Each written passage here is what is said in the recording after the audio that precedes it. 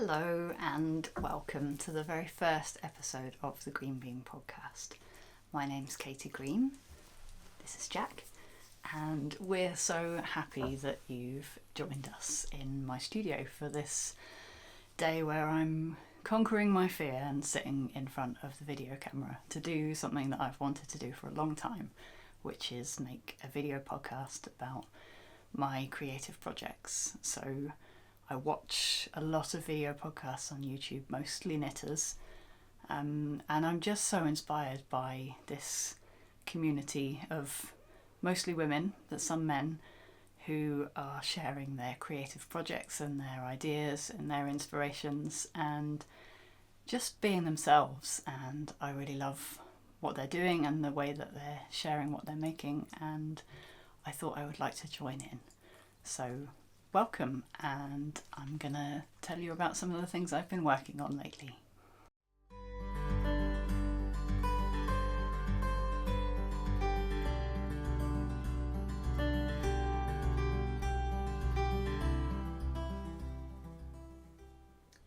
Knitting wise, I am wearing my most recently finished object, which is this green jumper. I made it with two of my favourite yarns, Black Yarns Mohair Blends 4-ply in the Lamorna colourway, which is a lovely rich green. I'm a bit of a sucker for green, in case you hadn't figured that out already. And I held it double with Viola Mohair Lace, which is a silk mohair blend in a colour called Golden Oak. Now, normally I'm not a fan of hand-dyed yarn.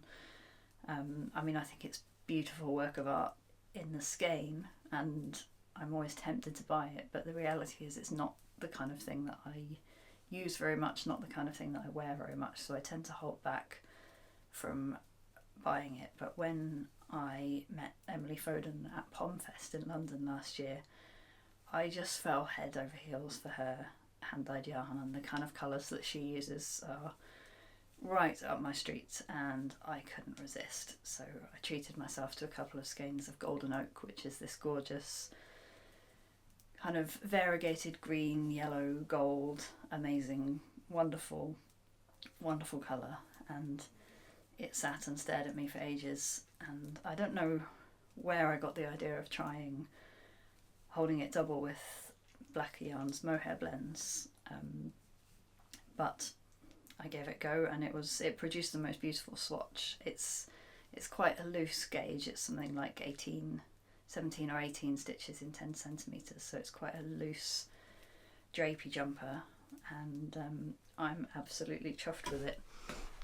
I drafted the pattern myself, which is something I often do. I spent a few years following knitting patterns religiously, and being repeatedly disappointed with the results, and not because there was any particular problem with the pattern, but because they're written for standard sizes, and I, like most other women, am not in any way a standard size. So I started taking measurements, first of all from shop bought garments in my wardrobe that fitted me nicely, and copying the shape of them, and then just drafting my own patterns from my own measurements, which I found much more rewarding in terms of fit, and exciting in terms of being able to make something that nobody else has as well, which is sort of why I got into knitting in the first place. I really wanted to be able to make my own clothes, and so it's really satisfying to have got to that point. So this jumper was a really simple stocking stitch project that was relaxing and zoning out, and just that kind of TV knitting that I really love. But when I finished it, and I was sad to finish it, I decided that I needed to cast on something a little bit more challenging and adventurous. So I'm working on a beautiful textured cabled project, the Row Cardigan by Michelle Wong, which is a Brooklyn tweed pattern from 4 years ago, I think, that I've had my eye on for a long, long time, and finally plucked up the courage to cast it on. and I'm really enjoying the process so far. It's a totally different kind of knitting than your kind of plain stocking stitch or garter stitch that you can do in front of the TV. This isn't the kind of project that I'll be taking along to my knitting group very often. If I do, I won't be very talkative, because I have to concentrate. It's working from multiple charts, and yeah, a totally different kind of knitting than actually what I usually do. I usually tend to gravitate towards simple projects that I can take anywhere with me and have a conversation at the same time. And I know that I am chatting while I'm doing this. I'm actually working across a wrong side row, which only requires knitting the knit stitches and purling the purl stitches. The next row is a cable row, and we'll see how I get on with continuing the conversation while I try and work through that. But so far I don't think anything's gone too wrong. So I'm knitting this jumper in Blacker Yarn's Shetland DK. The pattern calls for a worsted weight yarn, which is slightly heavier than DK but not quite Aran. It's actually Brooklyn Tweed Shelter, which is recommended, which is a beautiful yarn, but I don't have a decent quantity of it in my stash to make this cardigan. And I do have a significant quantity of Blacker Yarn's Shetland, which is actually on the heavier side of a double knitting, so it's perfect for substituting a worsted weight pattern. I got gauge on my first swatch, so I was ready to kick off and get straight into knitting this amazing cardigan. So I'm going to work a cable row now. We'll see how I go with carrying on talking while I do it. But one of the things I wanted to talk about is this is the first project where I've tried out cabling without a cable needle, and I've found it to be an absolutely life-changing technique, and I really recommend, if you've not tried it and you are taking on a big cable project, that it's really worth learning. It speeds up the process incredibly. I'm really enjoying not having to reach for an extra piece of equipment and being able to carry on in the flow of the knitting, I guess, without having to do something which slows it down. I mean, obviously it does still slow it down to work the cables and manipulate the stitches, and I don't know about you, but I find that cable knitting does challenge my hands for sure. I do have to only do a few rows at a time, otherwise I get quite sore. But it's definitely a more pleasurable experience without having to bring an extra needle into the mix. So I'm really enjoying that.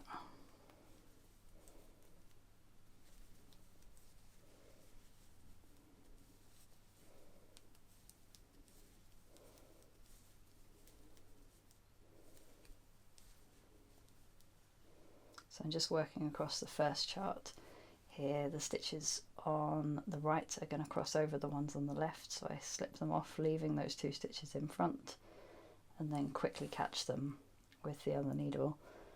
And you know, if this was a different yarn, if this was a really slippery superwash yarn, then this technique wouldn't be as straightforward. You could still do it, but the risk of those stitches running away would be much higher. But because this is a rustic woolen spun yarn, the stitches all kind of stick together, and I'm not at any point afraid that when I slide that stitch off the needle that it's going to run away anywhere. It's really easy to catch it back on my other needle.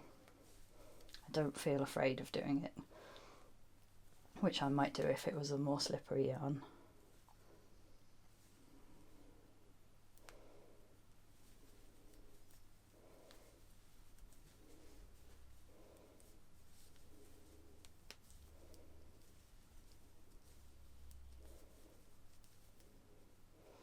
That's my marker for the first chart. I'm going to move on to the second chart, which is a little more complicated.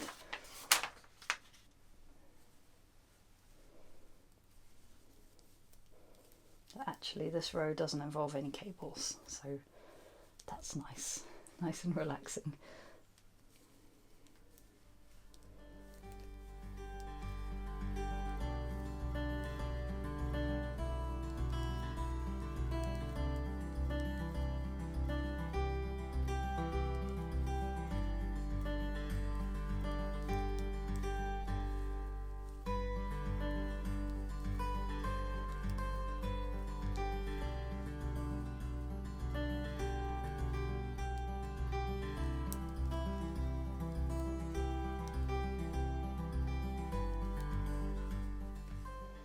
I'm using 3.5mm needles for this project, which is significantly smaller than the size recommended in the pattern, and that is because I'm generally a very loose knitter and I always have to go down at least 1mm in needle size to get a suitable gauge for following a pattern with a yarn that is a similar weight to the yarn which is recommended.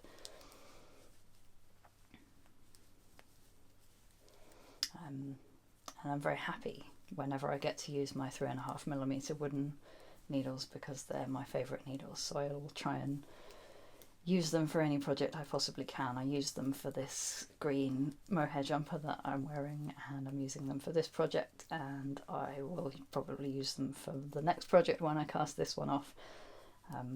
I don't like them to linger on any project too long, so again it's a motivation to keep working on this cardigan, to free up these needles so I can use them for something else.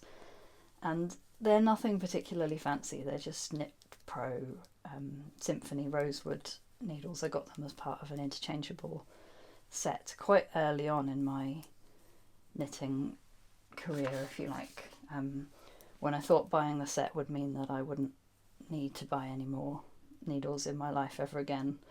Little did I know that I would have very little interest or use for needles bigger than 3.5mm because I'm such a loose knitter and because I like knitting finer gauge projects. So 3.5 is about the largest needle size I ever use. Sometimes I stretch to a 4, but the needles in that set, 6, 6.5, 7, 8, goes up to 9mm. I think some of them I've never even got out of the packet because it's just not the kind of knitting I like to do. I like to do fine knitting, and in addition to that, because I have such a loose gauge, that I'm generally using much smaller needles than 3mm for everything.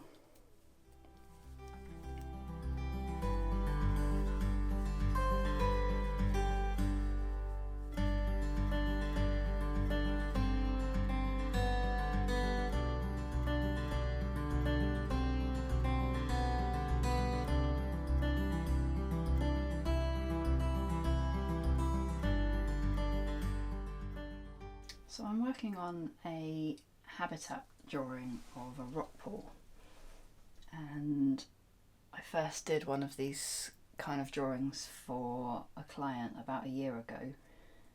They contacted me and they wanted a habitat illustration of a muddy seashore habitat to try and show some of the creatures that live under the mud that we don't see but are a really important part of the ecosystem. And I think it was possibly my favourite commission I have ever had the pleasure of working on. I loved it. So before I got into illustration, I actually studied biology, and so I've always been interested in nature and ecology. So getting a commission like that, it really kind of mixed my two passions, which are drawing and nature, and I really loved working on it. And since then I've been thinking about doing more of those kinds of drawings for myself, and this is the first one that I've done. So it's a cross section of a British rock pool habitat by the seaside, so I'm trying to show some of the creatures that you might find there.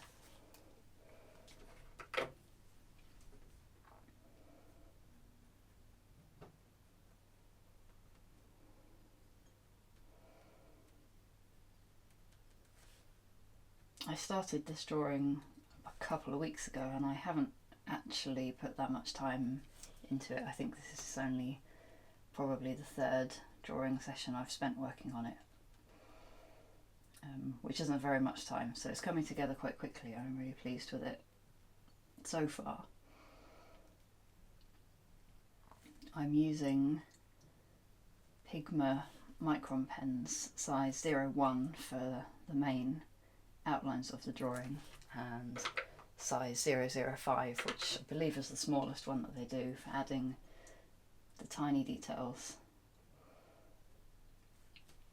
And I'm just working on recycled photocopy paper.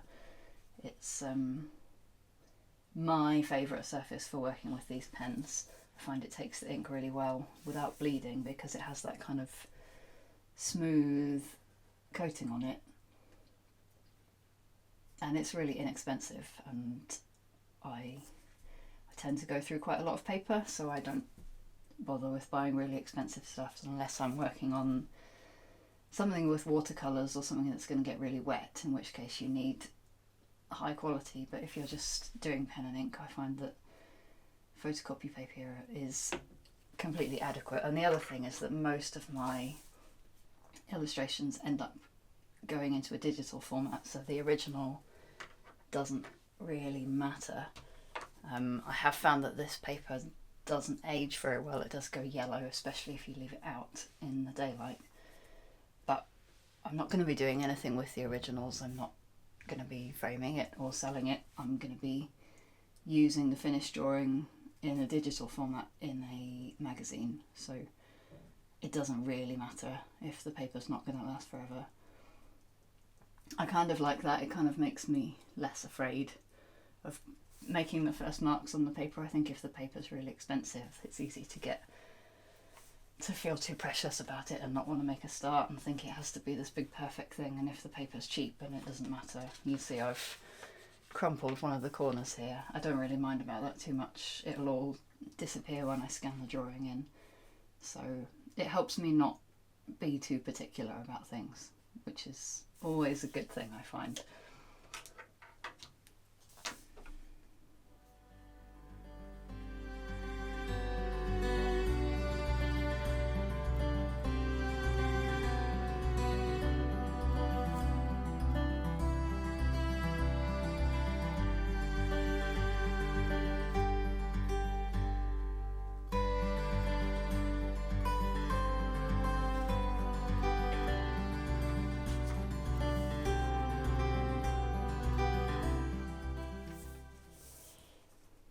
Planning to use this drawing in a new edition of my zine, The Green Bean. Some of you might know The Green Bean from its previous incarnation. I used to self-publish a zine every couple of months for a few years, and I really enjoyed doing it, but when I worked on my graphic novel full-time, I found that I didn't have enough time to keep it going to the standard that I wanted to keep working at. So I had to stop, and for the last couple of years I've been thinking about restarting it and maybe changing a few things about it. It's still going to be all hand-drawn by me, but I want it to be more nature focused. It always did have a small nature focus, but I want it to be more theme driven, I guess, for each issue. So this first issue that I'm working on obviously has a seaside theme, and I'm focusing on things like shells that you find around the seashore and rock pools, some of the birds that you see there, and obviously, as well as drawing lots of things to go in it, I'm developing some craft projects, sewing patterns and things like that to go along with the theme that fit in with the zine as well, which I'm really enjoying working on.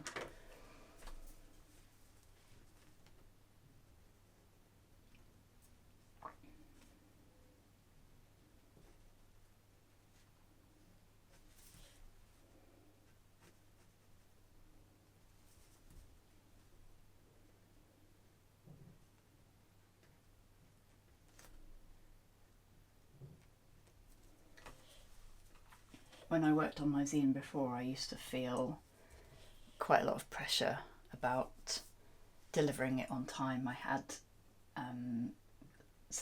quite a lot of subscribers around the world, and I often used to feel, well, obviously like I owed them something because they had paid for their subscriptions, but I think the pressure of it kind of got to me, and feeling like I needed to work to a deadline meant that I didn't always feel as proud as I wanted to feel of the work that I was putting in. I was kind of rushing it to get it to the printers on time, and I've really made a decision this time to not take any advance orders because I don't know when this scene is going to be ready.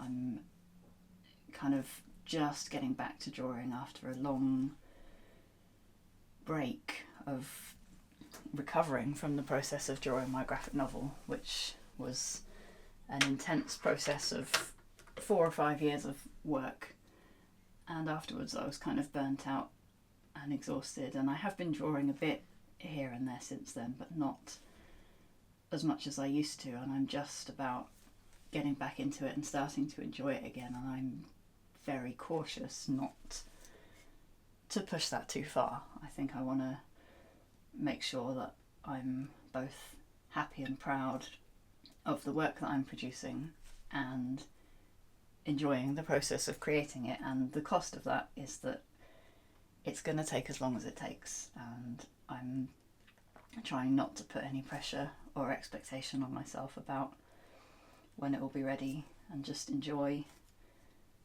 spending maybe a little bit too long drawing rock pools and limpets, because it's one of my favourite things to do.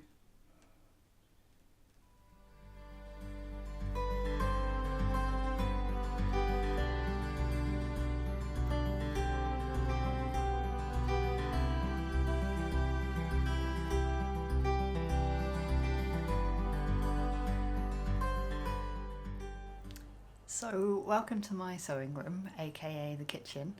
I've brought you down here to show you the sewing project that I'm working on, which is a dress from this book, which is called Stylish Dress Book Wear with Freedom by Yoshiko Tsukiori.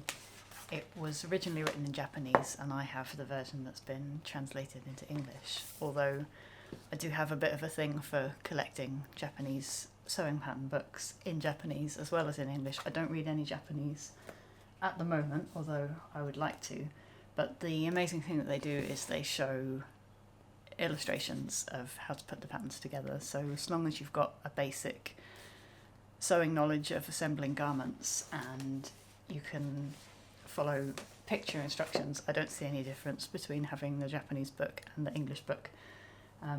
That said, this is the first pattern from one of these books that I've made, and just to be sure, I've gone for the English version, but I think once I've conquered this one, I'll feel fine going for one that's in Japanese. So this is the dress that I'm making. It is view E from the book, this one on the right here.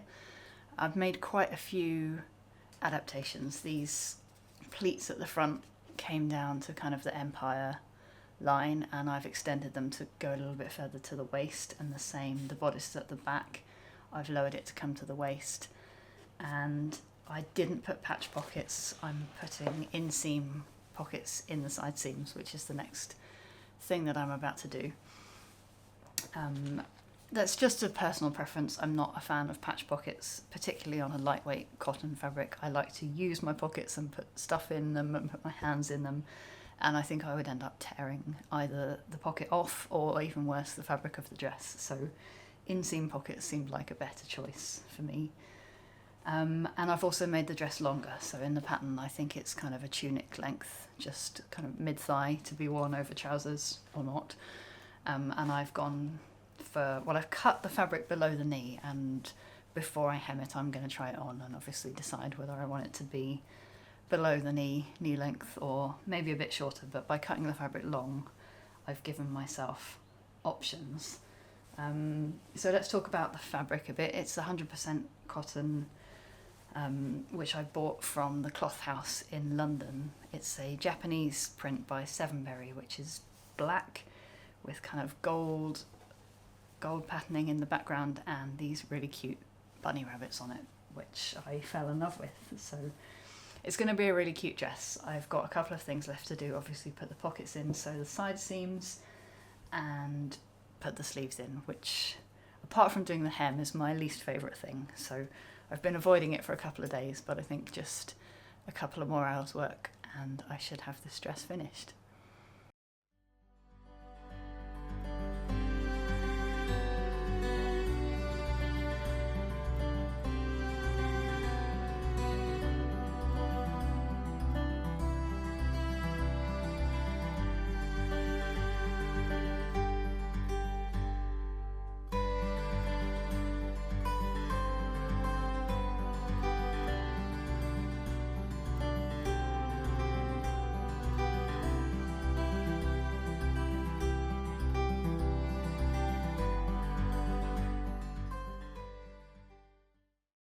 So I hope you've enjoyed seeing the drawing and knitting and sewing projects I've been working on. I can't thank you enough for giving my podcast a go and seeing what I'm about. I really appreciate it. If you've enjoyed it, I'd really love to hear from you. You can find me here on YouTube, obviously, or on Instagram, Facebook, Twitter, all of the social media as at Katie Greenbean. That's all one word. I'd love to hear what you think, and thank you so much. Hopefully see you next time. Bye.